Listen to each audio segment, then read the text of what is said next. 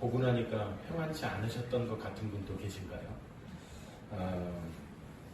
평안치 않으셨다면, 한 주간 평안한 삶이 되지 않았다면 이유가 무엇일까요? 아마 두려운 것, 염려되는 것, 아니면 무서운 것, 그것이 우리를 평안하게 하는 것을 방해하지는 않았는가 하는 생각이 들어집니다. 무서운 것 생각하니까요, 아이들은 괴물, 몬스터, 이런 생각지 않은 것들에 대한 나보다 힘이 더 센 이런 존재들에서 무서운 걸 느끼거나, 아니면 보이지 않는 존재인데 만화나 영화나 이런 곳에 등장하는 귀신이나 이런 것들에 대한 두려움들을 가지고 있는 것들을 볼 수 있습니다. 우리 성도님들에게는 무엇이 내 삶을 무섭게 한다라고 생각하는 존재들이 있나요? 이태규 집사님 혹시 가장 무서운 게 무언가요? 김효선 집사님이요? 네, 제가 원하는 답을 해주셨습니다. 네, 다 긴장돼가지고 굳어 계셔서 어떻게 하면 좀 풀어볼까 하는 생각에 이태규 집사님을 지목했는데 되게 정확하게 제가 원하는 답을 해주셨습니다. 네, 사실 김효선 집사님이 제일 무서우시겠어요. 그럼 김효선 집사님은 세상에서 제일 무서운 게 무엇인가요? 이태규 집사님이요. 두 분은 무서운 분들끼리 살고 계십니다. 정말 무서운 분들이세요. 어쩌면요, 우리가 생각지 않은 것들에 대해서, 그리고 때로는 전혀 무섭지 않은 것에 대해서 때로는 무섭다고 느끼고 살아가고 있지 않을까. 사실 저희가 매일 접하고 싶지 않지만 접하게 되는 뉴스는 사실 무서운 것들이 더 많다는 거죠. 전쟁으로 인한 소식들이 들려집니다. 상상할 수 없는 무기들을 사용했다는 이야기도 들려집니다. 핵폭탄 다음으로 무섭다고 하는 무기가 우크라이나에서 사용되어졌다. 그래서 너무 많은 희생자들이 나오고 있다. 일반인들도 희생을 입었다. 부모를 잃은 아이들의 모습도, 부모 없이 또 자유를 찾아서 떠나야 했던 아이들의 모습도 저희는 뉴스를 통해서 접하고 또 그 전쟁의 참상을 느끼고 보고 있습니다. 어떻게 보면 가장 무서운 것, 전쟁인 것 같습니다. 어떤 분은 이렇게 얘기하시죠. 우선 전쟁보다 무서운 건 질병입니다. 보이지도 않는데 수만 번 잘못 쉬었다가 전 세계가 3년을 넘는 시간을 고통 가운데 보내고 있고, 또 지금 미국에서도 잡히지 않는 코로나, 그리고 치료제조차 없는 가운데 고통 가운데 있는 우리 이웃들도 존재하고 있기 때문에 그렇다는 것이죠.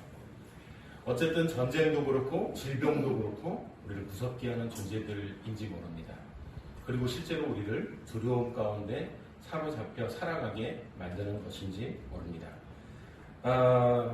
아마도 제가 말씀드렸던 것들이 우리의 삶을 무섭게 하거나 또 두렵게 하는 원인일 수 있습니다. 이 자리에 계신 분들 가운데 혹시 전쟁을 겪어보신 분이 꼭 장로님, 전쟁을 겪어보셨을 거고, 혹시 문장로님 월남전 안 다녀오셨나요? 월남전은 안 다녀오셨다고 하시니까 아마 권사님, 장로님 빼고 나면 전쟁을 겪어보신 분은 없을 거란 생각이 들어집니다. 이렇게 말씀드리면 또 아니요, 저는 오늘도 전쟁을 치르고 있습니다 라고 하시는 분이 계실지 모릅니다. 두 분 다 무섭지 않다고 하셨으니까 전쟁을 치러도 무섭지 않으신 것 같고, 다른 분들은 아마 전쟁을 치르고 계시는 분들도 계시지 않을까. 사실 저는 오늘 아침에도 전쟁을 치르고 갔습니다. 막내가 오늘은 안 일어납니다. 세상 한 번도 그런 적이 없었습니다. 아빠가 오늘 설교에 대해서 좀 일찍 가야 된다. 야, 일어나봐라. 절대 안 일어납니다. 일어났는데 눈이 퉁퉁 부었습니다. 훌쩍훌쩍 웁니다. 이유를 얘기해 주지 않습니다. 아빠는 속이 까맣게 타들어가는데 생전 안 하던 예배 가는 날, 주일날 우리 막내는 너무 먼저 일어나서 자기가 1등으로 옷 입었다고 자랑하던 아이인데 오늘은 꼼짝도 안 합니다. 제 속은 타들어가는데 달래고 얼르고 옷 입히고 양말 신기고 개우될 것 같습니다. 뭐라고는 하지 마세요. 오늘 한 번 그랬습니다. 그동안에 다른 이유들, 하여튼 매주 원인은 바뀌는 것 같아요. 아침마다 전쟁이 있습니다. 그렇죠? 가정에 우리가 알지 못하는 전쟁들이 존재하고 있죠. 어제의 적은 오늘의 전우가 되어 싸우기도 하고, 어제의 전우는 오늘의 적이 되어 싸우기도 하고, 예, 저희 집은 총만 없지 전쟁터나 다름없습니다. 이쪽에서 폭탄이 터질지, 저쪽에서 시한폭탄이 터질지, 예, 저쪽에서 포탄이 날아올지 알 수 없는 상황들이 우리 집에 존재한다는 거죠. 예, 어쩌면 우리 집이 전쟁터이다. 예, 혹시 다 이렇게 사시나요? 아니시죠? 저희 집만 이런 거죠? 왜 답이 없으세요? 저희 집만 이런 거죠? 아니에요. 네? 아닙니다. 다 그러세요? 저는 저희 집만 이런 줄 알았어요. 그래서 저희 집만 지옥에 사는구나. 이렇게 생각하고 살거든요. 다른 분들은 얼마나 행복하게 살까. 이 말 안 듣는 애들 셋. 예. 그리고 가끔 소몰라주는 우리 애들. 아빠 말 안 듣는 애들. 점점 더 많아져요. 처음에는 하나도 없었는데 하나가 생기더니 또 둘이 되고, 이 아빠 말 안 듣는 거, 부모님 말 안 듣는 것도 일종의 전염병인가 라는 생각이 들 정도로 확진자가 들어가고 있습니다. 드디어 셋 다 감염된 것 같습니다. 저희는 그냥 혼자 위로하고 살기는 합니다. 어쨌든요, 이런 세상을 살아가는 동안에 우리가 가장 두려워하는 것, 무서워하는 것으로 인해서 우리는 때로는 고통받기도 하고 어려움을 겪기도 한다는 것이죠. 전쟁을 다른 말로 표현하면 제가 앞에도 잠깐 이야기했지만 지옥이라는 말이 맞지 않을까. 먹을 것을 구하려고 해도 구할 수가 없고, 또 쉴 곳을 찾으려고 해도 안식할 수 있는 곳을 얻을 수 없기 때문에 그렇습니다. 심지어는 먹을 물을 구하려고 하지만 먹을 물조차, 씻는 건 감지덕지고 먹을 물조차 구할 수 없는 바로 지옥을 경험하는 것이 전쟁이 아닌가. 앞에서도 제가 말씀드렸지만 전쟁은 국가와 국가 간의 전쟁만 존재하는 것이 아니라 사람과 사람 간에, 또는 기업과 기업 간에, 제가 보니까 치킨 업계에서도 전쟁이 있더라고요. 치킨 전쟁. 요즘 뭐 브랜드를 외우기가 힘들 정도로 치킨 이름들이 많이 존재합니다. 그리고 어떻게 더 다양한 맛을 내려고 다양한 방법으로 치킨을 개발합니다. 1위 업체를 넘어서기 위해서 2위 업체는 1위 업체를 모함하기에 어떤 닭을 쓰더라, 어떤 기름을 쓰더라, 안 좋은 걸 하더라. 이유는요, 1위를 그러니까 2위인 업체에서는 1위로 발돋움하기 위해서 모함을 하는 거죠. 이것도 일종의 치킨 전쟁이 아닌가라는 생각이 들어집니다. 어쨌든 국가와 국가, 또 기업과 기업, 그리고 개인과 개인, 심지어는 가정에서조차 우리는 전쟁을, 그러니까 바꿔서 얘기하면 지옥을 경험하고 살아가고 있다는 것이죠. 전쟁 못지않게 우리를 불행하게 하고 고통스럽게 한다는 것입니다. 어떻게 보면 이 전쟁만 없다면 우리가 살아가고 있는 이 땅은 천국을 경험하고 살아갈 수 있지 않을까라는 생각이 들어집니다. 우리는 천국을 바라보고 천국을 소망하면서 살아가는 사람들인데, 천국이 천국되는 가장 중요한 요인 중에 하나가 무엇일까? 그건 바로 우리 가운데 평화가 존재하는 것 아니겠는가라는 생각이 들어졌습니다. 왜냐하면 천국에는 전쟁이 없다는 것이죠. 갈등도 없고 다툼도 없고 거기엔 평화만 존재한다는 것입니다. 천국엔 평화가 있는 곳, 여러분의 가정이 만약에 평화가 존재한다면, 평화로운 삶을 살아간다면 가정은 천국을 경험하게 되겠죠. 그러나 제가 말씀드렸던 것처럼 저희 집만 그런 줄 알았는데 지옥을 경험하시는 가정들이 꽤 있다는 걸 듣고 저는 새삼 놀랐습니다. 아침마다 전쟁을 치러야 되고, 또 알지 못하는 전쟁들로 가슴 아파해야 하는 일들이 저희 집에만 있는 줄 알았는데 다른 집에. 그런데 우리에게 그처럼 소중한 평화는 어쩌면 그냥 우리에게 주어지는 것이 아니라는 것이죠. 평화는 주어지는 것이 아니라 우리가 만들어가는 것이라는 것입니다. 그래서 오늘 말씀에도 보면 화평하게 하는 자는 복이 있나니 그들이 하나님의 아들이라 일컬음을 받을 것이다 라고 말씀하고 있습니다. 화평하게 하는 자, 다른 말로 하면 이런 말이 되겠죠. 화평을 만드는 사람, 보는 사람. 그래서 저희는 영어로 피스메이커라고 부르는 건 아니겠습니까?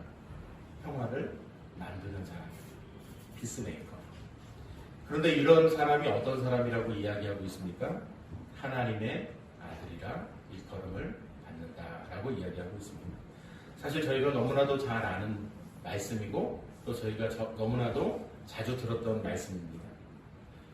바꿔서 이야기하면 이 피스메이커, 우리가 살아가야 할 우리의 모습이다라는 것을 이야기하고 있죠.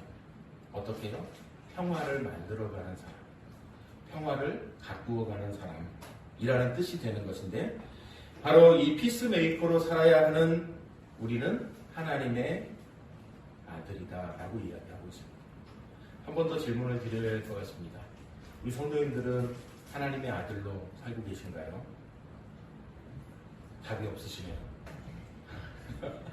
지옥만 경험하셔서 하나님의 아들로 살지 못하고 계신가요?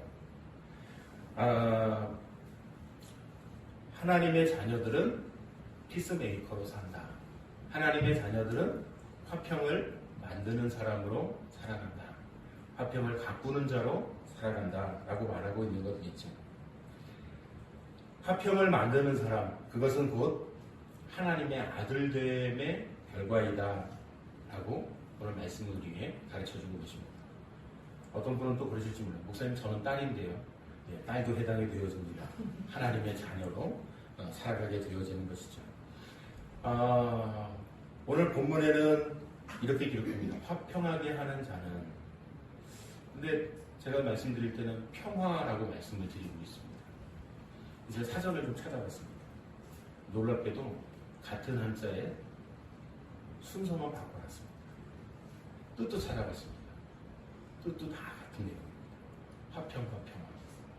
굳이 구분한다면 구분할 수 있겠지만 평평할 편에 평에 화할 화자로 바꿔 쓰든 뒤집어 쓰든 똑같은 의미를 가지고 있다는 것이죠. 개인 간이나 나라 사이의 충돌이나 다툼이 없이 평화로운 상태. 이 사전을 보다가 한 가지 의문스러운 건 화평을 설명하는데 평화롭다고 쓰고 있다는 것. 충돌이나 다툼이 없이 평화롭다는 것.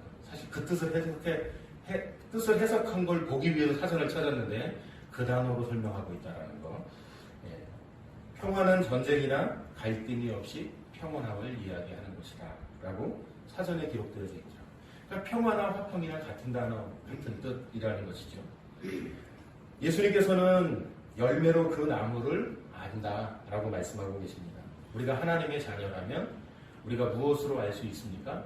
열매로 우리를 알 수 있다는 것이죠. 그래서 오늘 이 말씀을 통해 알 수 있는 것은 우리에게 맺혀지는 열매, 평화라는 열매가 맺혀져야 한다는 것이죠. 우리가 착한 일을 행해서 양이 되는 게 아니라 우리가 양이기 때문에 반드시 착하게, 선하게 살아야 한다는 것이죠. 감사와 보답이 되겠죠. 우리가 하나님께서 우리를 택하고 부르셨던 하나님의 자녀로서의 삶, 어떤 삶이요? 화평을 만드는 사람, 화평을 가꾸는 사람. 좀 유식하게 표현해서 피스메이커로 살아야 한다라고 말씀하고 있다는 것이죠. 우리가 평화를 만들며 살아야 하는데 우리가 그 평화를 누리지 못한 채, 사실은 우리가 평화를 만드는 이어야 하는데 실제로 우리 자신조차도 평화를 누리지 못한 채, 내 자신이 평화를 누리지 못하는데 어떻게 누군가에게 평화를 만들어주는 역할을 할 수 있겠느냐는 것이죠. 사실 우리가 하나님의 자녀로 살아가면서 하나님의 자녀다운 삶, 화평을 만들어가는 사람, 평화를 만들어내는 사람의 삶이 우리 가운데 있어야 하는데 우린 그렇지 못하다는 것입니다. 누군가를 화평하게 하지도 못하지만 내 자신조차도 화평하지 못한 채 평화롭지 못하게 살아가고 있는 모습들을 보게 되어진다는 것이죠. 사실 우리가 하나님의 자녀가 되어지는 것은요, 내가 선택한 것이 아니라 하나님께서 우리에게 주어주신 하나님의 일방적인 은혜라는 것입니다. 그렇기 때문에 하나님의 자녀로서 우리에게 나타나야 할 열매로 평화가 나타나야 함에도 불구하고 우리는 그렇지 못하다는 것이죠. 사실 우리가 어떤 무엇인가를 하나님 앞에 잘 해서 하나님의 자녀가 되기 위해서 선교지에 교회를 짓거나 그래야만 하나님의 자녀가 된다. 하나님께서 그렇게 말씀하신 적이 없습니다. 우리가 무엇인가를 노력하지 않았음에도 불구하고 하나님께서 우리를 하나님의 자녀로 택해 주셨습니다. 오늘 여기 계신 성도님들 가운데 저는 교회를 선교지에 10개 지어서 하나님의 자녀가 됐습니다. 혹시 그러신 분 계세요? 목사님 전 하나도 못 지었어요. 맞아요. 저도 하나도 못 지었어요. 교회도 못 지었고 선교지에 선교 사역자 하나 세운 적 없습니다. 그러나 감사하게도 하나님께서 나를 택해 주셨고 우리를 택해 주셨고 하나님의 자녀로 살아가게 해주셨다는 것이죠. 그럼에도 불구하고 그 일방적인 하나님의 은혜를 경험했음에도 불구하고 우리의 공로가 아닌 하나님의 은혜를 경험했음에도 불구하고 하나님의 자녀라는 신분을 얻었음에도 불구하고 그 은혜로 살아가고 있는 우리가 화평을 누리지 못한 채 살아가고 있다는 것이죠. 하나님의 자녀가 된 우리들에게는 하나님으로 인한 하나님으로부터 주어지는 화평 살아야 합니다라고 가르쳐주고 계시다는 것이죠. 내가 과연 하나님의 자녀인가? 그럼 우리 삶에 열매가 어떤 열매가 있는가? 모두 화평의 열매가 달려 계시지요? 왜 아멘이 없으시죠? 다 아멘 하셔야 되는데 저는 저희 집만 그런 건 줄 알거든요. 네. 혹시 화평의 열매가 없으시면 화평의 꽃은 피어 계시지요? 아니, 꽃이 있어야 열매가 맺히는 건 아닙니까? 아멘이 없으시죠? 아니, 저희 집만 저는 그런 줄 안다니까요. 아멘 소리도 없고 대답 소리도 작으신 거 보니까 꽃도 아직 안 피셨나요? 꽃은 피어 계시지요. 열매를 맺어가기 위해서. 저는 그렇게 믿고 있습니다. 사실 하나님께서는 우리를 하나님의 자녀로 부르셨고 화평을 만드는 자로 또 화평을 가꾸는 자로 부르셨음에도 불구하고 우리는 피스메이커로 살아가지 못하고 있다는 것. 사실 어떻게 보면 우리는 트러블 메이커가 아닌가라는 생각도 들어집니다. 사과나무에는 뭐가 열리죠? 네, 어려우세요? 제가 너무 어려운 걸 질문 드렸나요? 죄송합니다. 쉬운 걸로 여쭤볼 거예요. 배나무에 사과나무를 못 보셨구나. 그러실 수도 있어요. 도시에만 사셔서. 네. 배나무에는 뭐가 열릴까요? 배가 열리겠죠. 감나무에는 감이 열립니다. 뭐 요즘 유전자 조작으로 인해서 앞으로는 사과나무에도 귤이 열릴지 모르겠지만 어쨌든 사과나무엔 사과 열매가 맺힌다는 것이죠. 하나님의 자녀는 반드시 평화, 화평의 열매가 맺어야 한다는 것. 이 열매를 통해서 그 나무가 무엇인지를 아는 것처럼 우리가 하나님의 자녀인 것을 증명해야 한다. 그럼 왜 하나님의 자녀는 피스메이커가 될 수밖에 없는가? 왜냐하면 하나님께서 평화이시기 때문에 그렇다는 것이죠. 사사기 6장 24절 말씀에 이렇게 기록하고 있습니다. 기드온이 여호와를 위하여 거기서 제단을 쌓고 그것을 여호와 살롬이라 하였더라. 여기 등장하고 있는 이 살롬, 저는 발음하기를 늘 샬롬 그랬는데 성경에 보니까 살롬으로 되어 있더라고요. 죽을 놈 말고 살롬 이렇게 적혀 있습니다. 그 뜻은 아닙니다. 근데 평화 하나님께서는 평화이시다라고 말씀하고 계시다는 것이죠. 저희가 잘 아는 이사야 9장 6절에도 이렇게 말씀합니다. 이는 한 아기가 우리에게서 낳고 한 아들을 우리에게 주신 바 되었는데 그의 어깨에는 정사를 메었고 그의 이름은 기묘자라 모사라 전능하신 하나님이라 영존하시는 아버지라. 여기에 중요한 단어가 등장합니다. 뭐라고요? 평강의 왕이라. 하나님께서 평강의 왕, 평화의 왕, 화평의 왕이라고 말씀하고 계시다는 것이죠. 신약성경 히브리서 13장 20절 말씀에 이렇게 기록합니다. 양들의 큰 목자이신 우리 주 예수를 영원한 언약의 피로 죽은 자 가운데서 이끌어내신 평강의 하나님이 모든 선한 일에 너희를 온전하게 하사 자기 뜻을 행하게 하시고 그 앞에 즐거운 것을 예수 그리스도로 말미암아 우리 가운데서 이루시기를 원하노라. 영광이 그에게 세세 무궁토록 있을지어다. 아멘. 여기에도 뭐라고 기록하고 있습니까? 평화의 하나님이심을 말씀하고 있죠. 평강의 하나님이심을 기록하고 있다는 거예요. 바로 왜 우리가 하나님의 자녀는 피스메이커가 될 수밖에 없는가? 화평을 만드는 자, 화평을 가꾸는 자로 살아가야 하는가? 그것은 하나님께서 평화의 하나님이시라는 것, 평강의 하나님이시라는 것입니다. 에베소 2장 14절 말씀에도 이렇게 기록합니다. 성경에 너무 많은 말씀이 기록이 되어져 있는 가운데 제가 일부만 발췌한 겁니다. 2장 14절 말씀이 이렇게 기록합니다. 에베소서 2장 14절 그는 우리의 화평이신지라 둘로 하나를 만드사 원수된 것 곧 중간에 막힌 담을 자기 육체로 허시고 라고 말씀하고 있습니다. 예수님께서 우리의 평화이시고 둘로 하나를 만드시고 중간에 막힌 담을 하셨다. 하나가 되어지도록 화평하도록 우리 예수님께서는 그와 같이 우리에게 화평케 하는 역할을 주님께서 담당하셨다라고 말씀하고 계시다는 것이죠. 예수님께서는 평화의 주님이심을 말씀하고 계시죠. 그래서 그분의 복음은 평화의 복음인 것이고 그러므로 하나님의 자녀인 우리도 화평을 만드는 사람, 피스메이커로 살아야 하는 것을 말씀하고 있다는 것입니다. 골로새서 3장 15절 말씀에 이렇게 기록합니다. 그리스도의 평강이 너희 마음을 주장하게 하라. 너희는 평강을 위하여 한 몸으로 부르심을 받았나니 너희는 또한 감사하는 자가 되라고 말씀하고 있습니다.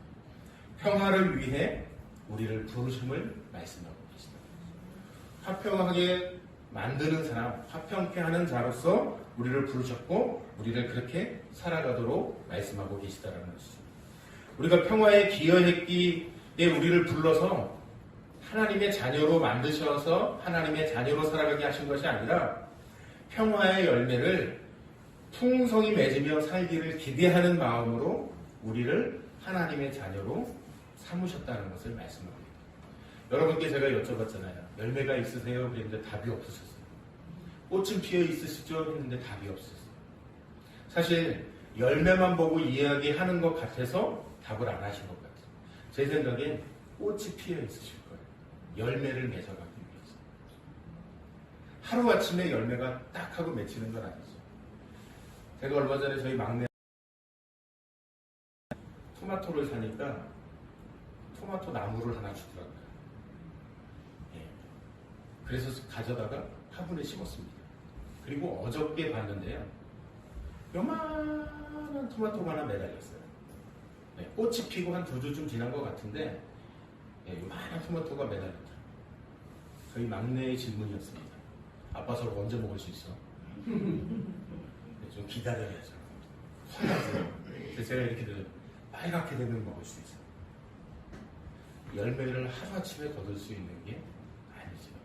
꽃이 피었고 시간이 흘렀고 수정이 되었고 그리고 열매가 맺히고 열매도 자라야 열매를 딸 수 있는 건 아니겠습니까? 이처럼 우리를 부르신 것, 우리를 하나님의 자녀로 삼으셔서 더 풍성한 열매를 맺으며 살기를 기대하는 마음으로 우리를 부르셨다. 화평케 하는 사람이라는 말, 평화를 만드는 사람. 세상에는 평화를 만드는 사람들이 있습니다.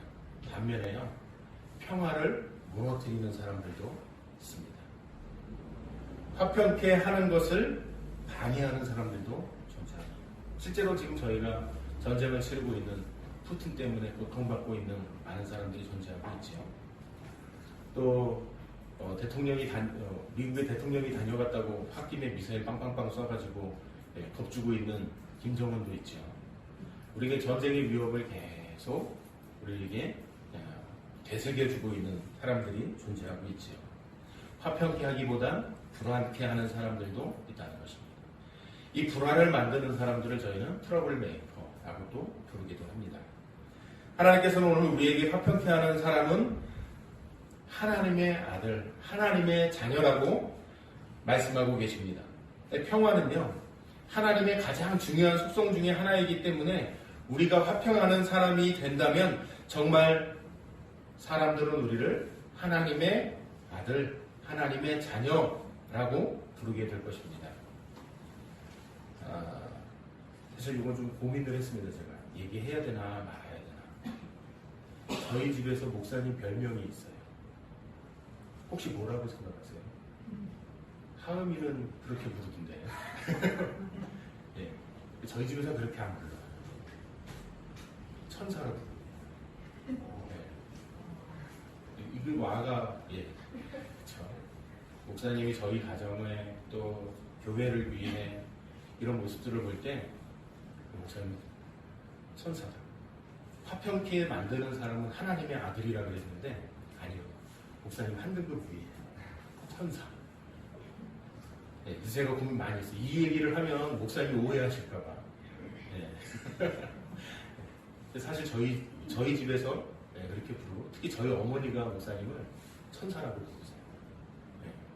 매일 기도하시고 교회 부흥을 위해서 기도하시는데 목사님이라고 안 부르고 천사 목사님이라고 부르세요. 네, 너무 고맙다고, 너무 감사하다고. 사실은 화평케 하는, 화평을 만들어가는 우리의 모습이 이래야 한다는 것이죠. 근데 사실 그렇지 않은 사람들도 존재한다는 거예요. 화평케 하는 사람들이 하나님의 아들이라고 불린다면 불화케 하는 사람들, 화평케 하지 못하는 사람들, 이 사람들은 뭐라고 불려질까요? 제가 그래서 하나님의 아들이 반대가 되면 뭐가 될까? 저희가 가끔 가장 심한 욕을 할 때 이렇게 쓰죠. 악의 자식, 불화케 하는 사람, 트러블 메이커, 사단의 자녀들, 사단의 자식들이라고 불려지는 것 아니겠습니까? 실제로 우리는 그와 같이 고통을, 그리고 우리에게 끊임없이 어려움을, 이렇게 전쟁을, 두려움을 전해주는 이들을 경험하게 됩니다. 불화를 만드는 이들. 사실 이런 사람을 만나지 않고 살아가는 것만도 아마 화평하는 삶을 누릴 수 있을지 모릅니다. 심지어는 우리가 만나기 싫어하는 이 사람이 내가 되어지기도 한다는 것이죠. 내가 피스메이커가 되어져야 하는데 아니요. 화평이라는 열매를 맺는 사람이기보다는 불평과 불만을 만들어내고 두려움과 염려를 생산해내는, 불화를 생산해내는 트러블 메이커가 되어져 있는 때도 있다는 것입니다. 우리는 사실은 화평을 이루고 살아가기를 원합니다. 그런데 갈등을 일으키는 경우도 많다는 것이죠. 갈등, 집안에서도 갈등을 일으킵니다. 학교에서도 갈등을 일으킵니다. 선생님과 학생 간에, 학생과 학생 간에, 직장에서도 갈등이 있습니다. 동료와의 갈등, 상사와의 갈등, 부하 직원과의 갈등, 이웃과의 갈등도 있습니다. 네, 위층에 쿵쾅쿵쾅쿵쾅, 야 조용히 하래, 딸라 올라왔어요. 제가 어떤 집사님 글을 보니까 이렇게 얘기하는 거죠. 위층에서 하도 덜그럭 너무 힘들어가지고 자기가 덜그럭 거리는 이유를 보니까 주로 가구가 긁히는 소리인 것 같더래요. 그래서 맛있는 과일과 가구 밑에 끼울 수 있는 양말 있잖아요. 가구 양말.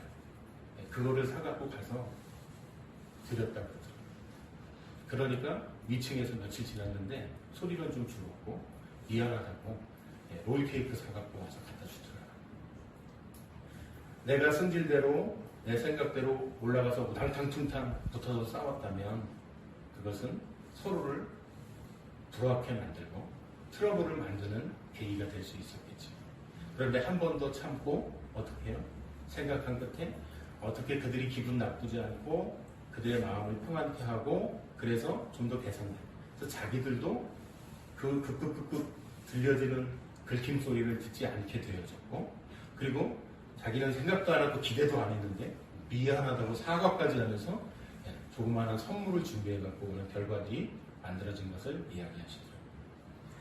우리가 화평케 하게 만들 수 있는 기회, 갈등의 기회, 사실 우리에게 주어졌던 그 기회, 그런 기회들을 통해서 화평케 하는 자리로 나아갈 수 있다는 것이죠.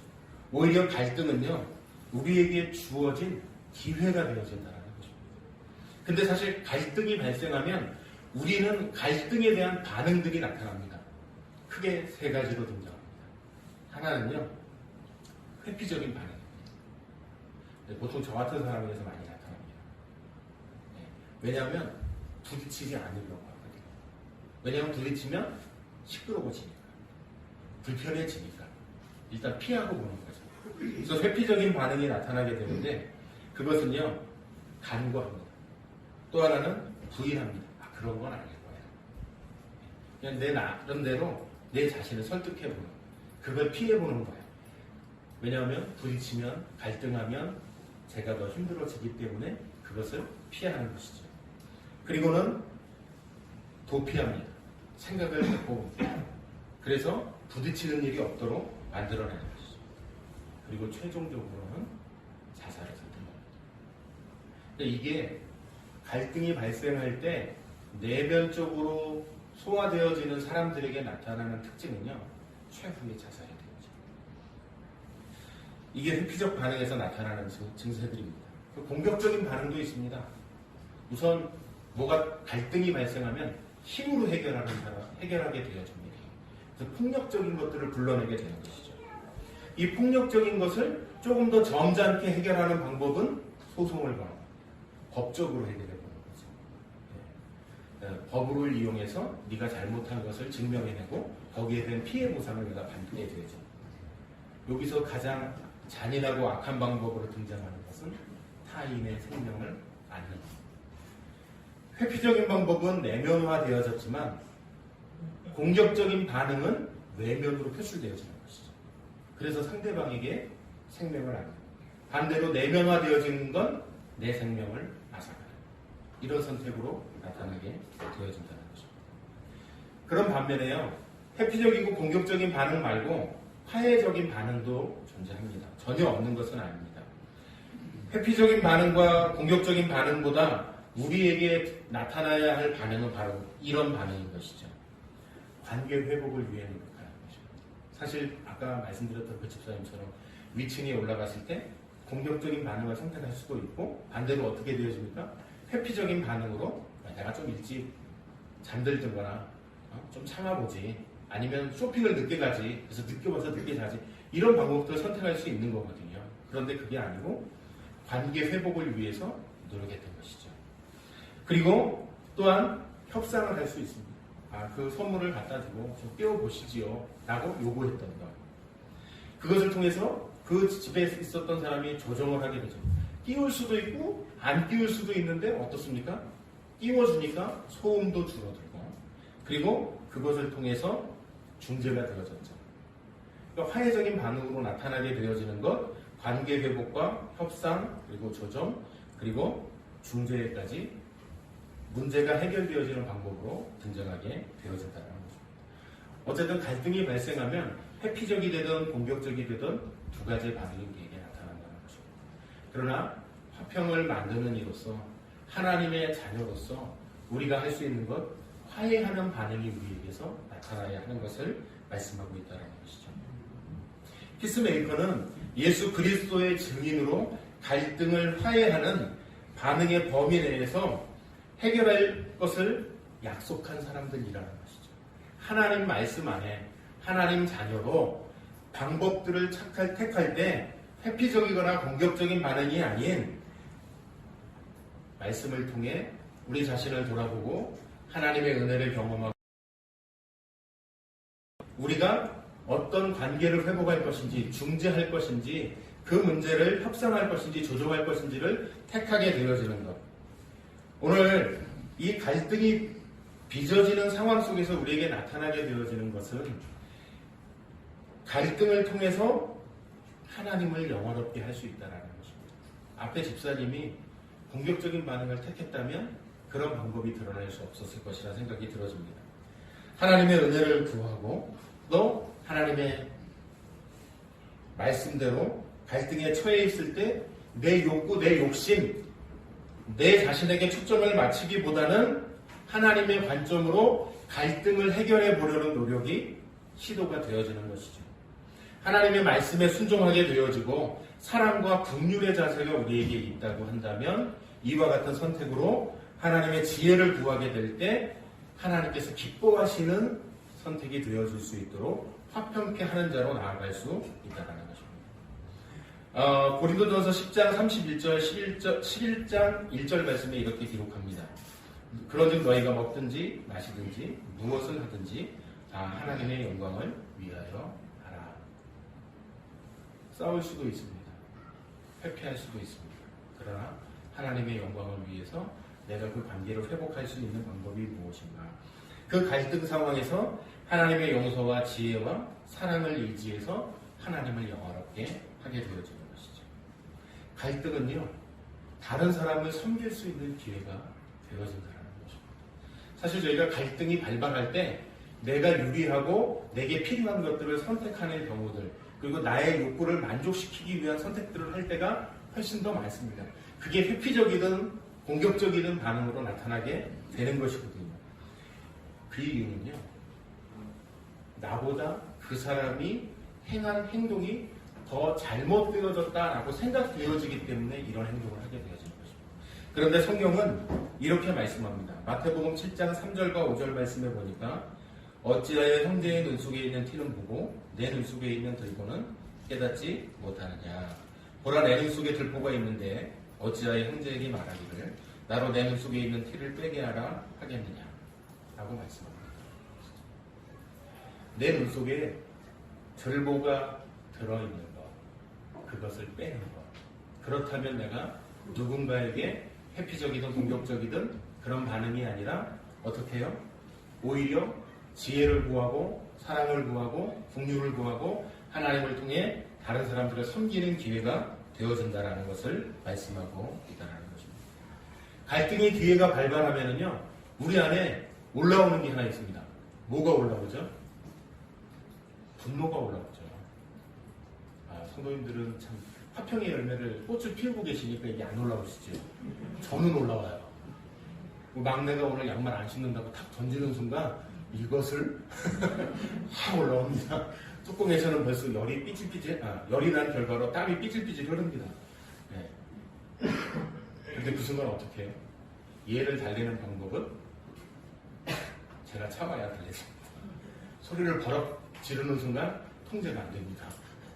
아마 오늘 11시에 못 왔을 거예요. 네. 달래는 방법이 되겠습니다. 네. 햄버거 사주기도 하고 달랬습니다. 제 욱하고 올라온 마음을 누르고 네, 무릎 꿇고 엎드려서 양말 신겼습니다. 네, 화평케 하기 힘듭니다. 네, 하나님의 아들로 살기 어렵습니다. 그렇지만 어떻습니까? 그 결과 11시 전에 도착할 수 있었습니다. 네, 제가 참으니까. 사실 어떻게 보면 이것도 회피적 반응일 수 있거든요. 그렇지만 이를 통해서 중재하고 저희 딸하고 협상하지 않았습니까? 햄버거로. 네. 무엇보다요, 온유한 심정으로 해야 합니다. 화가 올라오면 온유해지기가 쉽습니다. 부모로서 자녀를 대할 때는요, 이 온유함이 등장하기가 참 어렵습니다. 저희 아버지가 한 욕 중에 제일 심한 욕이 뭐라고 하셨다고 혹시 기억나세요? 너랑 똑같은 놈 알아. 제가 요즘 아버지 욕하신 걸 아주 혹독하게 치르고 있습니다. 네. 자녀들에게 온유해지기가 힘들더라고요. 근데 온유한 심령으로 바로잡을 것에 대해서 성경은 말씀하고 있습니다. 갈라디아서 6장 1절과 2절 말씀이 이렇게 기록합니다.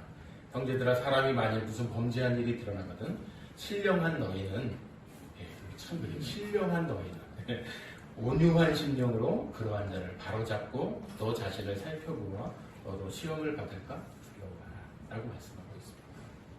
온유한 심정으로 갈등의 문제를 해소하려고 달려들면요, 그것이 화평을 만들어내는 역할을 하더라는 것입니다.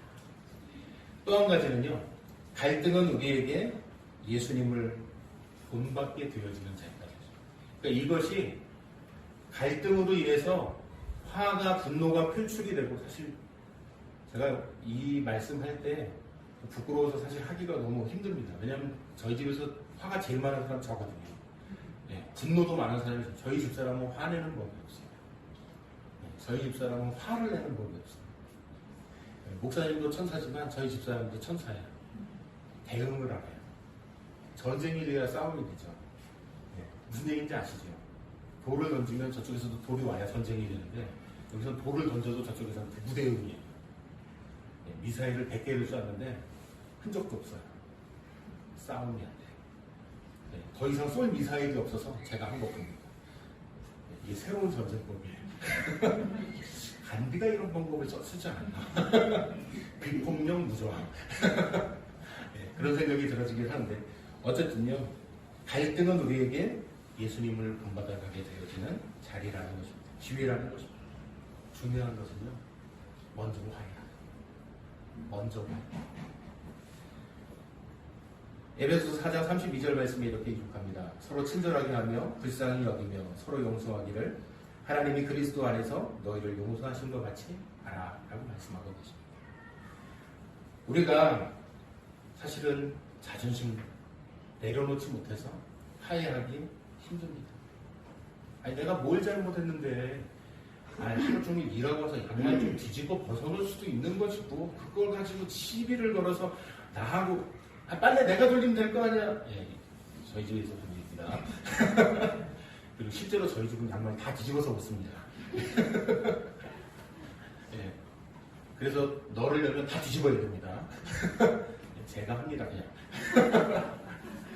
화해하는 방법입니다.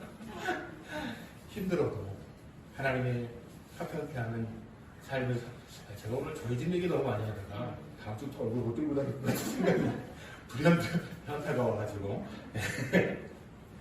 어쨌든요, 갈등이 우리에게 주어지지만 그 갈등을 해결하는 방법 속에서 우리가 하나님을 닮아가게 되죠. 예수님을 닮아가게 되죠. 사실 우리의 모습은 그렇지 않다는 것이죠. 이제 말씀을 정리하려고 합니다. 우리는 지금까지 어떠한 사람으로 살아왔을까요? 우리는 우리의 가정과 직장, 그리고 교회, 그리고 이웃들과 트러블 메이커로 살아오셨습니까? 아니면 피스 메이커로 살아오셨습니까? 어쨌든 열매를 아직 맺진 않았지만 꽃을 피우고 계시는 우리 성도님들의 삶에 화평을 만드는 사람, 화평케 하는 이로 피스메이커로 살아가시는, 오늘 말씀 가운데 기록되어져 있는 것처럼 온유한 심령과, 그리고 먼저 우리 모든 것들을 내려놓고 화해함으로, 그리고 예수 그리스도를 닮아가는 하나님의 자녀로 살아가시는 성도님들이 되어주시기를 바랍니다. 함께 기도하시겠습니다. 사랑과 은혜가 많으신 하나님 아버지, 우리를 하나님의 자녀로 불러주시고 택하여 주시고 하나님의 자녀로 살아가도록 인도하여 주신 하나님, 그럼에도 불구하고 우리는 때때로 하나님의 자녀로 진정한 피스메이커로 살아가지 못한 채 가정에서도 직장에서도 또 이웃에게도 갈등을 유발하는 트러블 메이커로 하나님의 자녀라고 말하기보다는 그들을 고통과 어려움 가운데 놓여지게 만들었던 우리들의 모습이 있는지 모릅니다. 그러나 하나님, 우린 진정 하나님의 자녀로 살아가기를 소망합니다. 하나님의 자녀로 화평의 열매들을 맺어 더 풍성한 열매를 맺는 하나님의 자녀가 되기를 소망합니다. 오늘 피어가는 이 꽃과 자라가는 이 열매들이 더 풍성하게 열려지고 맺혀질 수 있도록 우리가 온유한 심령과 화해하는, 그래서 우리가 먼저 손 내미는 하나님의 자녀로 살아가는 우리 모두가 되어지도록 하나님 붙들어 주시고 인도하여 주시옵소서.